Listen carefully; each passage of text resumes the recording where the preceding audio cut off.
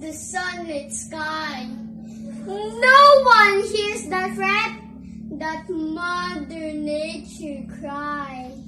Head in hand she weeps because no one seems to care about the pain she suffers and the life she shares.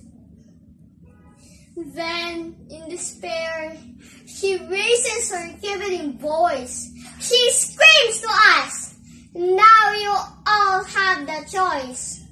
Nobody has such power. Nobody but I. This is the last you'll see." Mother Nature cries. Till now, I've held my tongue. But you will all never learn. All you do is take and take.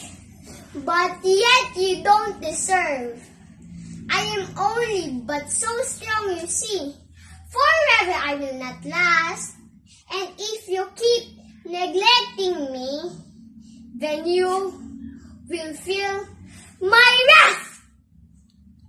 My air's no longer clean. My water's no longer pure. If you do not change your ways, then you will have no more. My wells are running dry. You are cutting down my trees. Don't you hear my prayer? Please, someone, come save me. Have I not given you in abundant supply all that you asked of me, and yet you ignore my every cry and my pleas? They do no good. No one hears but I. Let me warn, you'll rue the day when Mother Nature